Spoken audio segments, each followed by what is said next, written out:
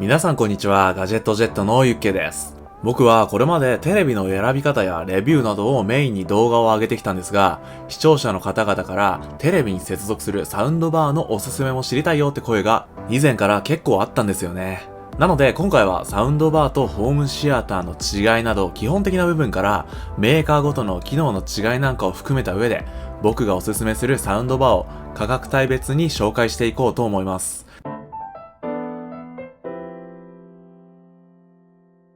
よくサウンドバーとホームシアターシステムをごっちゃに理解している人が結構いるんですけど、皆さんはこの2つの違いってちゃんと理解していますか？ホームシアターシステムっていうのは立体的な音響を実現させるためにスピーカーを前後左右、さらには頭上なんかにも複数台設置するかなりお金のかかる音響システムです。対してサウンドバーとはスピーカーを複数台設置する必要がなく、基本的には単体で音を鳴らしてくれるため、設置スペースの少ない一般家庭にも設置しやすい上に、ホームシアターシステムと比較するとコストを大幅に縮小できます。比較してみてわかると思うんですけど、サウンドバーは低価格ながらテレビの音質を劇的に向上できるため、ここ数年で導入する家庭がかなり増えている要注目のアイテムなんです。それでは早速僕のおすすめするサウンドバーを4つ紹介していきましょ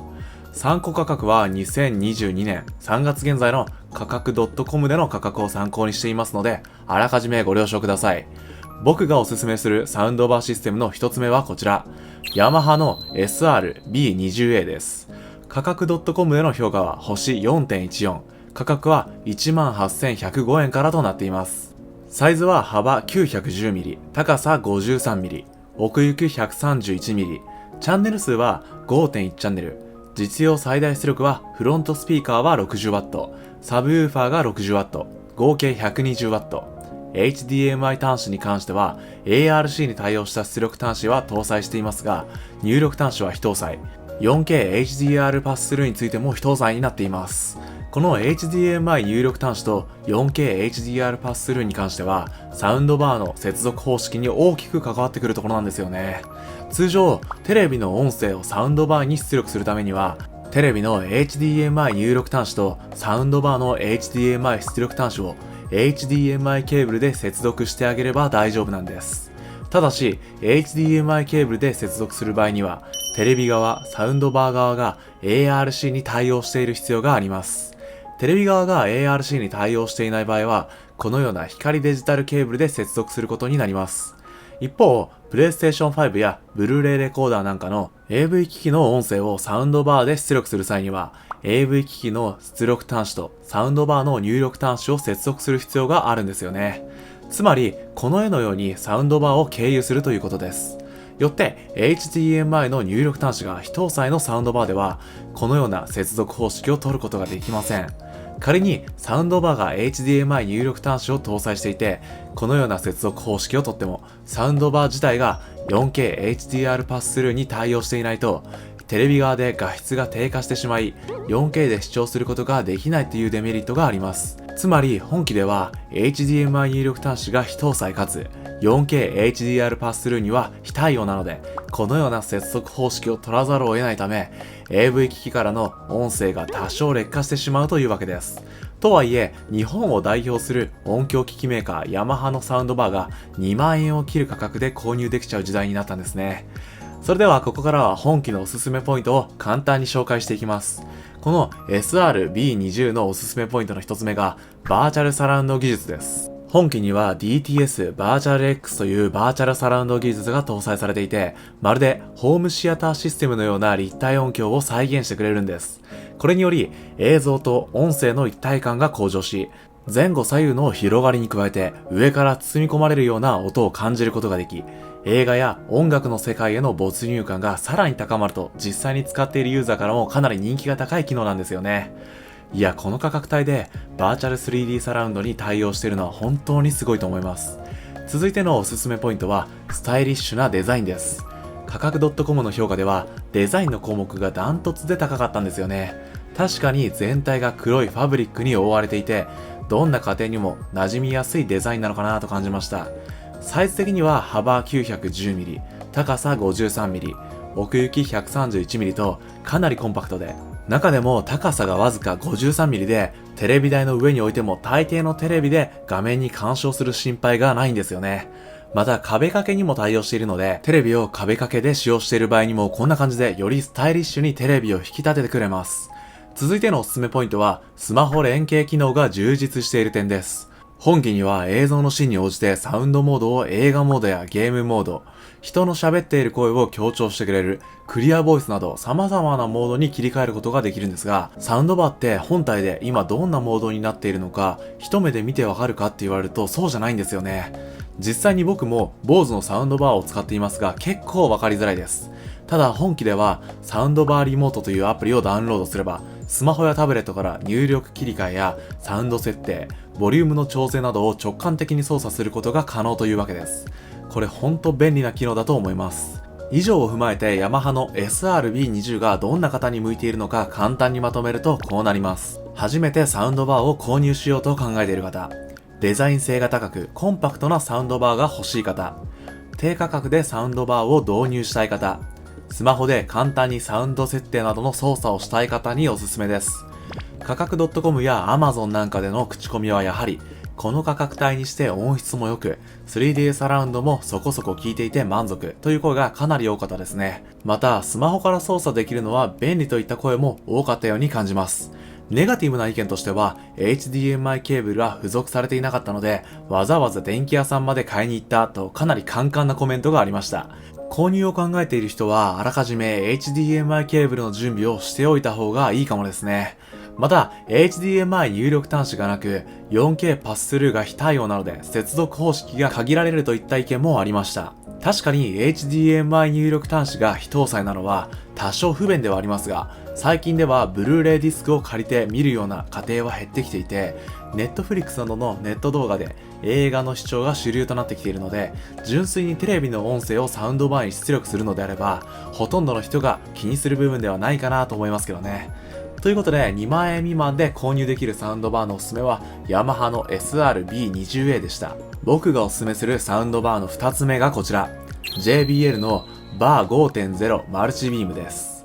価格 .com の評価は星 3.57、価格は 37,460 円からとなっています。サイズは幅 709mm、高さ 58mm、奥行き 101mm、チャンネル数は 5.0 チャンネル、実用最大出力は 250W、HDMI 端子に関しては EARC に対応した出力端子が1つと入力端子も1つ搭載、4K HDR パススルーについてもしっかりと対応しています。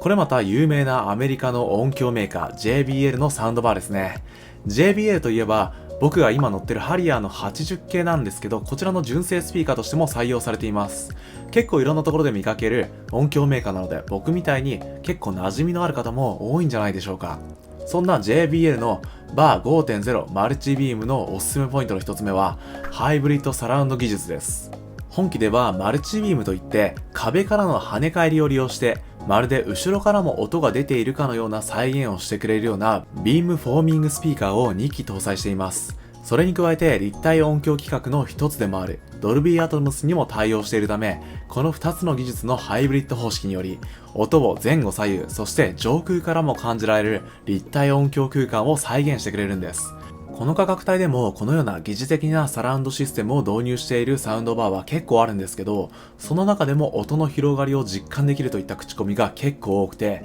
サラウンドに相当力を注いでるんだなってことが分かりましたね。続いてのおすすめポイントは、低価格なのに 4K HDR パススルーと EARC に対応している点です。本機では 4K HDR パススルーに対応しているので、先ほどもちょこっと説明した通り、PlayStation 5やブルーレイレコーダーなどの AV 機器から出力される音声を劣化なくサウンドバーから接続する方式。絵で言うとこのようにサウンドバーを経由する接続方式ですね。こういった接続をしてもテレビ側の画質が一切劣化しないというわけです。先ほど紹介したヤマハのサウンドバーでは ARC のみに対応でしたが、本機では最新のオーディオ伝送機能 EARC にもしっかりと対応しているんですよね。この EARC は ARC の拡張版で Enhanced Audio Return Channel の略称です。ARC では伝送帯域幅が最大 1Mbps なので、伝送できるオーディオ信号がテレビなどの標準的な音声データであるステレオ音声とドルビーデジタルや DTS、ACC といった圧縮されたサラウンド音声のみに限られてしまいます。一方、EARC では伝送帯域幅が最大 37Mbps まで拡張されたため、ドルビートゥルー HD や DTS HD マスターオーディオなんかのロスレス音源のオーディオ信号も伝送可能です。ウルトラ HD ブルーレイの映画なんかではロスレス音源が収録されていることがほとんどですし、これからのネット動画配信サービスでもロスレス音源は普及してくると思うので、この価格帯で EARC に対応してくるのはかなり嬉しいですね。ちなみになんですけど、サウンドバー側だけが EARC に対応していても意味はなくて、接続するブルーレイレコーダーやテレビにも EARC に対応している必要があるので、そこは注意してくださいね。続いてのおすすめポイントは、低価格なのに Wi-Fi 接続機能に対応している点です。Wi-Fi 接続に対応しているスピーカーって最近結構出てきているんですけど、結構高いんですよね。安くても3万ぐらいの印象です。家具メーカーの IKEA とアメリカのオーディオメーカーソノスが共同開発したライトとスピーカーが一体となったこちらのスピーカーが Wi-Fi スピーカーとして結構有名ですよね。本機では Bluetooth 接続に対応しているのはもちろん、その Wi-Fi 接続にも対応しているので、ホームネットワークに接続することで iPhone であれば AirPlay 2でハイレゾ対応の音楽を流すこともできるんです。Bluetooth で接続するよりもはるかに音がいいんですよね。それだけじゃなくて、例えば他にも Wi-Fi 接続対応のスピーカーを複数台設置すれば AirPlay 2や Chromecast ビルトインなんかで同じ音楽を一斉に流すことができますし、家に Alexa や Google アシスタントなんかがあればサウンドバーの電源オンオフや音量調整などもできるんです。Wi-Fi 接続なんてそんなに使わないよっていう声も結構ありそうですが、AirPlay 2に対応しているスピーカー自体少ないので、個人的には結構推したいポイントですね。以上を踏まえて JBL の BAR5.0 マルチビームがどんな方に向いているのか簡単にまとめるとこうなります。レコーダーやゲーム機などの AV 機器も接続したいと考えている方、ある程度の立体音響を体感したい方、スマホからハイレゾ対応の音楽を流したい方、低価格で EARC に対応したサウンドバーを探している方なんかにおすすめです。価格 .com や Amazon なんかでの口コミはやはり立体音響がすごい。ドルビーアトムスのライブ映像なんかを見るとテレビのスピーカーには戻れないといった声がかなり多かったですね。また AirPlay 2や Chromecast でスマホから簡単に音楽を出力できるのは便利といった声も割とありました。ネガティブな意見としては取扱説明書を読んでも設定方法がわからないといった意見が結構ありましたね。海外メーカーだとこういったところが少し面倒ですよね。また音質面の口コミだと多少低音が強いといった意見もありましたが、チャンネル数も 5.0 チャンネルでサブウーファーが搭載されていないんですけど、低音担当のパッシブラジエーターが4機搭載されているみたいで、これでもかなり低音が効くみたいですね。ということで4万円未満で購入できるサウンドバーのおすすめは JBL の BAR5.0 マルチビームでした。続いて僕がおすすめするサウンドバーの3つ目はこちら、デノンの DTH-S517 です。価格 .com での評価は星 4.77、 価格は 53,820 円からとなっています。サイズは幅 1050mm、 高さ 60mm、 奥行き 95mm、 チャンネル数は 3.1.2 チャンネル、実用最大出力は非公表。HDMI 端子に関しては EARC に対応した出力端子が1つと入力端子も1つ搭載。 4K HDR パススルーについてもしっかりと対応しています。このデノンというブランド、あまり聞き馴染みのない方も多いかと思うんですが、実はちょっと前までは電音と呼ばれていて、1939年に日本で設立された日本電音製作所という会社から名前を取ってるんですよね。この日本電音製作所ではテレビ放送に使う円盤録音機などを製造しており、昭和天皇が終戦を伝えた玉音放送を録音したのもデノンが発明した円盤録音機だったそうなんですよね。デノンとの親近感が湧いたところで、ここからは本機のおすすめポイントを簡単に紹介していきます。デノン DHT-S517 のおすすめポイント1つ目は別立てのサブウーファーを搭載している点です。先ほど紹介したヤマハ JBL のサウンドバーは、サウンドバーの中にサブウーファーや低音を担当するユニットがすでに組み込まれているワンボディ型というタイプでしたが、本機はサウンドバーと別立てでサブウーファーが付属している2ユニット型というタイプになります。より本格的な重低音を聞かせたいのであれば、別立てのサブウーファーを搭載するのが鉄板ですが、有名オーディオメーカー BOSE の場合、サブウーファーだけでも5万円以上もするんですよね。その点、本機では6万円未満で別立てのサブウーファーが付属されていて、より臨場感のある重低音を感じることができるので、かなり嬉しいですよね。しかもこのサブウーファー、ワイヤレスなのでテレビの横に置いても配線が見えたりせず、サブウーファー自体も A4 より小さく、どんな空間にも馴染めるっていうのも結構評価高いですよね。続いてのおすすめポイントは、イネーブルドスピーカーを搭載した本格的な立体音響を採用している点です。先ほど紹介したヤマハ JBL のサウンドバーでもドルビーアトモスなどの立体音響には対応していましたが、あくまでも疑似的なものでしたよね。本機ではサウンドバーの上部にイネーブルドスピーカーという上向きのスピーカーを2つ搭載しており、そのスピーカーから出力された音を天井に反射させて、よりリアルな音場を作り出すというドルビーアトムスもお墨付きの仕組みを採用しているんです。これパナソニックの最上位テレビにも搭載されていますよね。このように物理的に立体音響を作り出してくれるので、その分臨場感のあるサラウンド体験ができると好評です。ちなみに本機の使用上のチャンネル数 3.1.2 チャンネルの一番最後の数字は立体音響専用のスピーカー搭載数を表しているので、本機ではイネーブルドスピーカーの2機を指しています。続いてのおすすめポイントは、音質を最大限追求したピュアモードを搭載している点です。本機には Movie、Music、Night、Pure の4つのモードを選択することができ、特に注目なのがデノンのサウンドバーならではのピュアモードなんです。通常のサウンドバーでは HDMI から入力された音声信号はデコーダーで PCM 信号に変換され、サウンドモードに異なるイコライジングやアップミックス、バーチャルサラウンドの処理を経てアンプに出力されます。何のこっちゃわからない話をしましたが、簡単に言うとテレビから送られてきた音声信号をごちゃごちゃにいじられたものがサウンドバーから出力されちゃうよってことですね。ただ、本機のピュアモードでは、アップミックスやバーチャルサラウンド処理などのごちゃごちゃしてくる処理を通らず、音声信号がそのままアンプに送られます。そのため、テレビやレコーダーから出力された純粋な音を楽しむことができるというわけです。ただ、ここまで音質面にこだわり、コストをかけているため、本機では Wi-Fi 接続機能などのホームネットワーク機能は排除されています。以上を踏まえて、デノンの DHT-S517 がどんな方に向いているのか簡単にまとめるとこうなります。本格的な立体音響を体感したい方、ピュアモードで純粋な音を聞きたい方、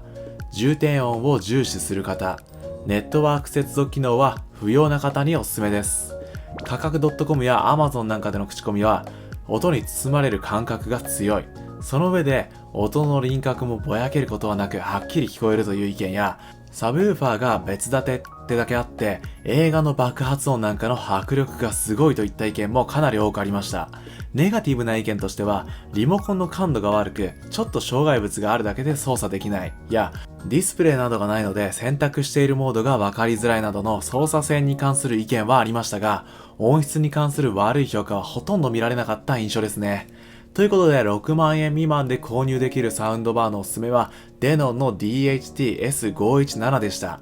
続いて僕がおすすめするサウンドバーの4つ目はこちら。ソニーの HT-A7000 です。価格 .com の評価は星 4.22。価格は13万8600円からとなっています。出ました。天下のソニーのサウンドバー。価格的にはだいぶ高くなりましたが、その分性能も格段に向上していますよ。サイズは幅 1300mm、高さ 80mm、奥行き 142mm、チャンネル数は 7.1.2 チャンネル、実用最大出力は 500W、HDMI 端子に関しては EARC に対応した出力端子が1つ、入力端子は2つ搭載。4K HDR パススルーについてはもちろん 8K HDR や 4K120fps なんかの最新映像規格にも対応しています。HT-A7000 はソニーのサウンドバーラインナップの頂点に位置するフラグシップモデルで、2017年11月に発売された HT-ST5000 の後継機種にあたります。HT-ST5000 ではサブウーファーが別立てでしたが、本機ではサブウーファーがサウンドバーに内蔵されているワンボディ型になっているんですよね。そのせいかサウンドバー自体の大きさもこれまで紹介してきたものよりも一回り大きい印象があります。ソニー HT-A7000 最大のおすすめのポイントは何といっても究極を追求した立体音響技術です。結局全機種で立体音響の話をしていると思うんですけど、価格が高いだけあってか本機はそのレベルが違うんですよね。ドルビーアトムスはもちろんのこと、DTS:X や360、リアリティオーディオという3つの立体音響方式にフルに対応しているんです。また本機のシステム構成は 7.1.2 チャンネルと、これまた立体音響用のイネーブルドスピーカーが2機搭載されていて、天井に音を反射させることで3次元の立体音響を体験できます。また通常のスピーカーユニットも計7個搭載されており、正面向きのフロントスピーカー5機の他に左右に配置したビームトゥイターも2機搭載しています。この左右に1機ずつ搭載されているビームトゥイターが左右の壁に音を反射させることで、より広がりのある音場と豊かな臨場感を与えてくれるというわけです。つまり先ほど紹介したデノンのイネーブルドスピーカーと JBL のマルチビームのいいとこ取りというか合体させたサウンドバーということですね。そりゃ高品位なサウンドを体験できるわけですよ。続いてのおすすめポイントはブラビアとのサウンド連携ができる点です。本機にはアコースティックセンターシンクという機能があり、ブラビアの最新対応モデルをセンタースピーカーとして駆動させることができるんですよね。センタースピーカーとしてテレビからも音を出すことによって音の定位感が増すので、